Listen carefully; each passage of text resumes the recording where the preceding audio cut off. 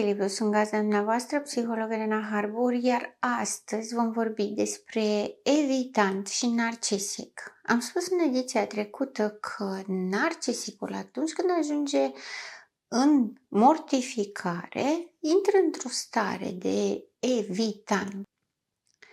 Este important să diferențiem faptul că tulburarea de personalitate evitantă face parte din cluster C, care sunt tulburări bazate pe frică și anxietate, versus narcisicul, care face parte din cluster B, respectiv exagerare, imprevizibilitate, dramatism și impulsivitate. Sunt două spectre diferite. Nu prea au legătură una cu cealaltă. La fel cum starea de evitant în care intră narcisicul prin mortificare este mult diferită de personalitatea evitantă. Personalitatea evitantă este caracterizată de un pattern de retragere din relațiile sociale. Este deseori asociată cu anxietatea socială. Anxietatea socială este o tulburare care face parte din spectrul tulburărilor de anxietate și apar sporadic, temporar și necesită tratament medicamentos, în timp ce tulburarea evitantă este un pattern disfuncțional pe viață care afectează calitatea vieții persoanei. Ei bine, evitantul este acea persoană care, după cum îi spune și numele, de fapt, evită contactul cu oamenii în general. Nu le evită precum fac persoanele care sunt solitare sau se bucură să fie singure și izolate, ci evită cu tristețe și cu durere, pentru că evitantul are empatie. Evitantul își dorește relații sociale. Problema lui este că este extrem de sensibil la critică și evită relațiile sociale de frica de a nu se face de râs, de a nu fi criticat și umilit. Nu din grandiozitate, cum s-ar putea înțelege, de altfel foarte ușor, ci din cauza că n-ar face față sentimentelor de rușine și umilire la care ar trebui să facă față. Și atunci preferă să evite. Evită situațiile în care cineva se poate uita și poate emite o judecată. Cum arată, cum gândește, cum vorbește. De obicei apar ca oameni timizi, dar sunt deopotrivă și impulsivi, pentru că la un moment dat ajung să nu mai poată și sunt extrem de respingători și delimitați. Sunt persoane care sunt foarte atente dacă ceilalți din jur îi acceptă și nu intră în relații și nici măcar în vorbă cu persoane decât în momentul în care au certitudinea că sunt acceptați. Ce are în comun cu narcisismul și de aici și subiectul de astăzi, că narcisicul se întoarce într-o stare de evitant, este pentru că ne referim în mod special la acel narcisic care este vulnerabil. Pentru că mortificarea produce în narcisic un colaps, o renunțare. Mecanismele defensive au capitulat, nu mai face față, nu mai funcționează, fantezia s-a terminat, este total copleșit de emoțiile pe care le are, este într-un haos total și nu poate să aibă capacitatea de a ieși din această stare. Se infantilizează, regresează la copil, este extrem de vulnerabil. Și acolo el se retrage, se inhibă, se izolează, evită oamenii. Însă, în momentul în care facem comparația dintre personalitatea evitantă și personalitatea narcisică, în mod special avem în vedere narcisicul vulnerabil covertul despre care am tot vorbit, care are un pattern ascuns de grandiozitate. Rămâne grandios, are aceleași țeluri, face manipulare, este îndreptățit, este unic și special, îi se datorează totul, este invidios, gelos, ranchiunos, revendicativ. Doar că în societate are o aparență de timid și rușinos. Când vorbim despre personalitatea evitantă, nu avem nicăieri grandiozitate.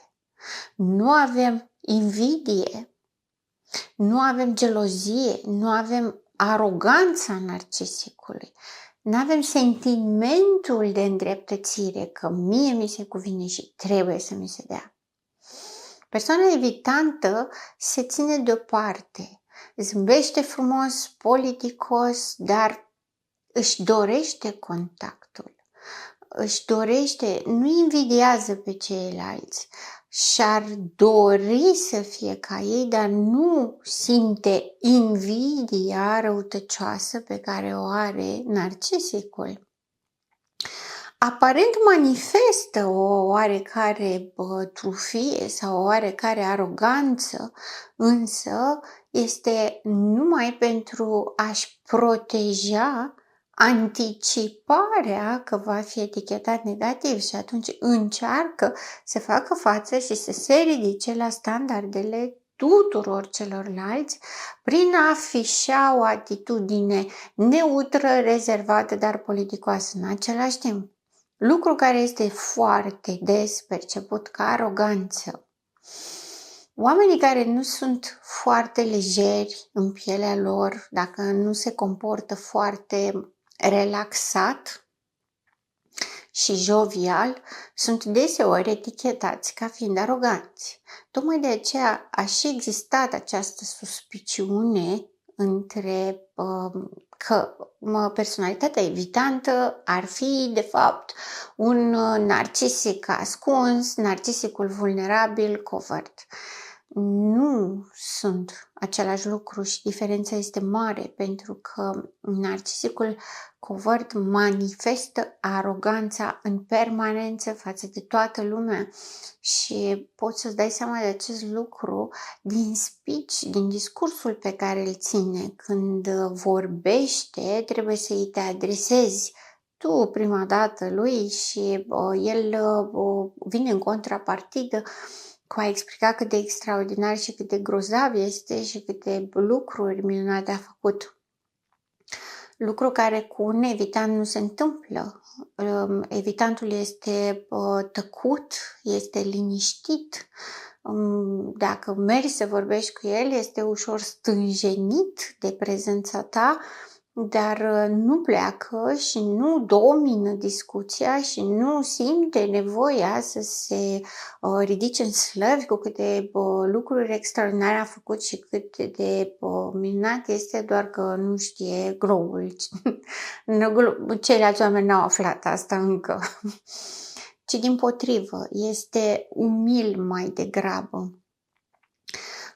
Deseori, narcisicii își aleg persoane evitante ca parteneri de cuplu pentru că exact această tăcere și această submisivitate, această disperare de a fi acceptat îi face să fie orbi la steagurile roșii, să nu-și dea seama când sunt agresați, când sunt abuzați, ci să se plieze cumva pe vulnerabilitatea lor în care ei consideră că nu merită și nu sunt suficient de buni.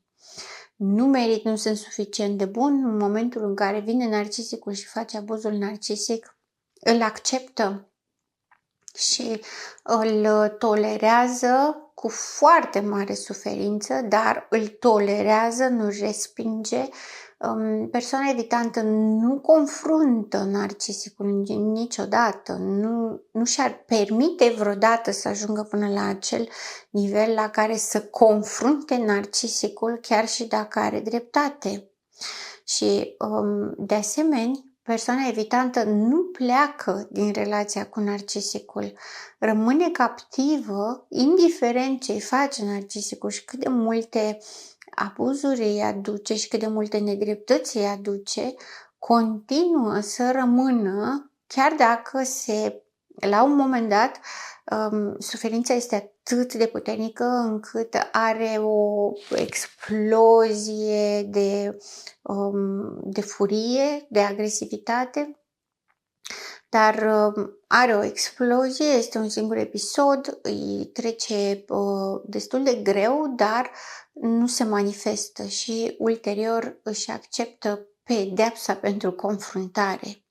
Spre deosebire de narcisic, narcisicul este foarte furios și foarte revendicativ și va căuta să pedepsească în permanență și îi place persoana evitantă pentru că are posibilitatea să se răzbune oricât de mult, că nu are parte de un feedback. Deși narcisicul îi reproșează asta evitantului, că nu are curajul să confrunte, că nu are cu cine să se certe, pe de altă parte este exact motivul pentru care rămâne. În diferențierea dintre cele două mai trebuie să avem în vedere manifestarea. Pentru că ambele au această hipersensibilitate la opinia celorlalți, hipersensibilitate la critică. Persoana evitantă înțelege orice feedback din partea celorlalți ca o critică, ca o respingere, ca o excludere. Iar pentru persoana evitantă această excludere este extrem de dureroasă. Ceea ce face persoana evitantă în această situație este să se retragă în carapacea sa, să se izoleze de lume și de oameni și să rămână, să își panseze rănile și într-un fel să-și confirme că frica sa de a fi acolo și refuzul de a fi acolo a fost validat și asta trebuie să facă, să se retragă, să nu mai dea curs altor interacțiuni sociale. În timp ce un narcisic vulnerabil, un narcisic covert, în momentul în care primește o critică, chiar dacă fiind hipersensibil la critică, interpretează orice ca și o critică, chiar dacă n-a fost, reacția este foarte agresivă și foarte dură, de la agresivitatea verbală până la agresivitatea fizică. Narcisicul nu evită să intre într-un contact fizic ca să-și restabilească imaginea despre sine în public, în timp ce persoana evitantă nu va face asta niciodată, ci dimpotrivă se va rușina și se va inhiba mult mai mult decât este de obicei.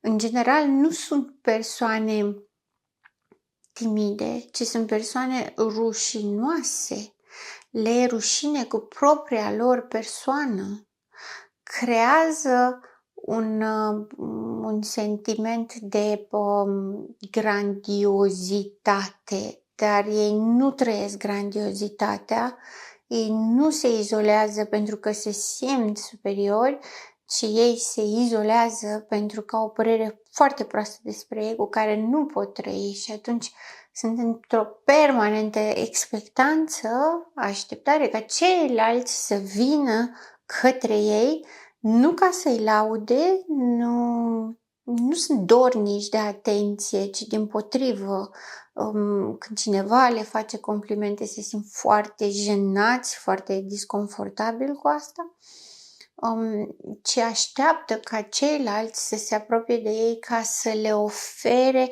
confirmarea și validarea că îi acceptă așa cum sunt, singurul lucru care îi face să se simtă în siguranță să creeze relații. În momentul în care creează aceste relații, sunt foarte dedicați relației, însă în același timp sunt și foarte speriați de posibilitatea de a fi părăsiți, abandonați, respinși și ca atare sunt foarte demanding, cer în permanență asigurări și reasigurări, lucru care pentru narcisic este deranjant, pentru că și narcisicul vrea asigurări și reasigurări și nu e loc de două persoane, trebuie să fie una singură care dă asigurările, lucru care nu face din persoana cu tulburare evitantă un partener bun pentru un narcisic. Acum, cam greu să existe un partener bun sau potrivit pentru un narcisic. După cum am vorbit în edițiile anterioare, cel mult să fie borderline-ul, sufletul pereche al narcisicului, din perspectiva în care amândoi se părăsesc unul pe celălalt. Iată că astăzi am mai adus un pic de claritate privind diferențele dintre tulburări, pentru că este important să, cel puțin în diferențierea dintre un narcisic vulnerabil și o personalitate evitantă, este, cred eu, mai corect să știm și să-i tratăm diferit, pentru că ar fi foarte nedrept pentru un evitant să fie tratat ca un narcisic, atâta timp cât suferința și nevoia sa de a fi în contact sunt foarte mari. Doar blocajele sale interioare nu-l lasă să dobândească liniștea și mulțumirea din relație, lucru care nu se întâmplă cu narcisicul și narcisicul abuzează în relație. Persoana evitantă nu. Și este o mare diferență între ele două. Lucru care chiar contează atunci când cineva este implicat în mod serios într-o relație cu vreunul dintre aceste două posibilități de personalități. Sunt gazda dumneavoastră, psihologă Elena Harpur, și până data viitoare, rămâneți în echilibru.